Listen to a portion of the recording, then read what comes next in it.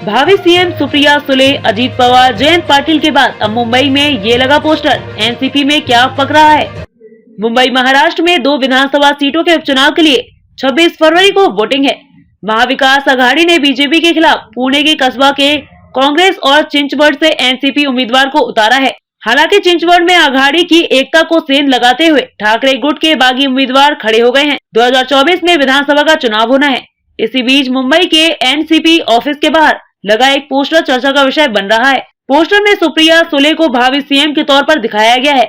इससे पहले अजीत पवार और जयंत पाटिल के भी पोस्टर लगे हैं। 2 दिनों पहले एनसीपी प्रदेश अध्यक्ष जयंत पाटिल को बर्थडे विश करते हुए ऐसा ही एक पोस्टर चर्चा में आया था। वह पोस्टर लगाने वाले ने भी जयंत पाटिल को महाराष्ट्र के फ्यूचर सीएम के तौर पर दर्शाया था। कल ऐसा ही पोस्टर महाराष्ट्र विधानसभा में विपक्षी नेता अजीत पवार का भी आया। इन पोस्टरों को लेकर कल शरद पवार से उनकी प्रेस कॉन्फ्रेंस में पत्रकारों ने यह भी पूछ लिया कि एनसीपी में ये क्या चल रहा है। ट्रंप है अजीत पवार, निकी हेली, सुप्रिया सुले। शरद पवार क्या बोले। शरद पवार ने जवाब में कहा था कि ये कार्यकर्ताओं की भावनाएं होती हैं। एनसीपी में फिलहाल किसी को अपना सीएम कैंडिडेट तय नहीं किया गया है। शरद पवार ने कल यह कहा और आज 23 फरवरी गुरुवार उनकी बिटिया सुप्रिया सुले के नाम का भी पोस्टर मुंबई में एनसीपी के प्रदेश कार्यालय के बाहर लग गया, जिसमें उन्हें भावी मुख्यमंत्री बताया गया।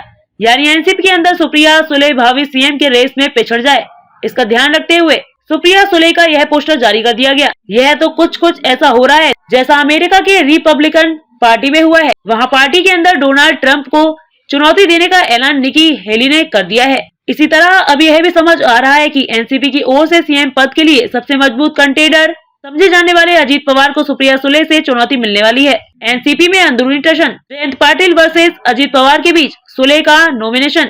शरद पवार ने अपनी पार्टी में शुरुआत में भतीजे को राज्य की बागडोर दी और बेटिया को केंद्र की राजनीति में लगाया। सुप्रिया सुले सांसद बनी और अजीत पवार विधायक बने, विपक्षी नेता बने, उप मुख्यमंत्री बने।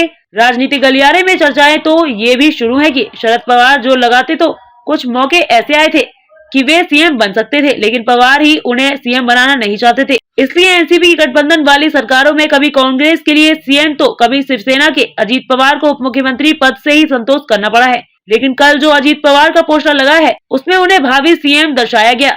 आज जवाब में सुप्रिया सुले का ही ऐसा पोस्टर आ गया है। अजीत और जयंत की लड़ाई के बीच से ही सुप्रिया की राह बनेगी क्या भाई।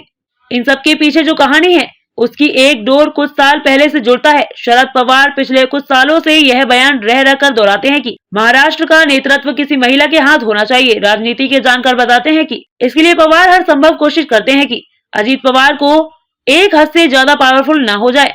मिसाल के तौर पर अजीत पवार के समानांतर जयंत पाटिल को खड़ा किया जाता रहा है। जयंत पाटिल फिलहाल एनसीपी के प्रदेशाध्यक्ष हैं। जब विधानसभा के शीत सत्र में जयंत पाटिल को अपशब्द बोलने पर सस्पेंड किया गया था, तब अजीत पवार ने सख्ती से सदन में विरोध किया था।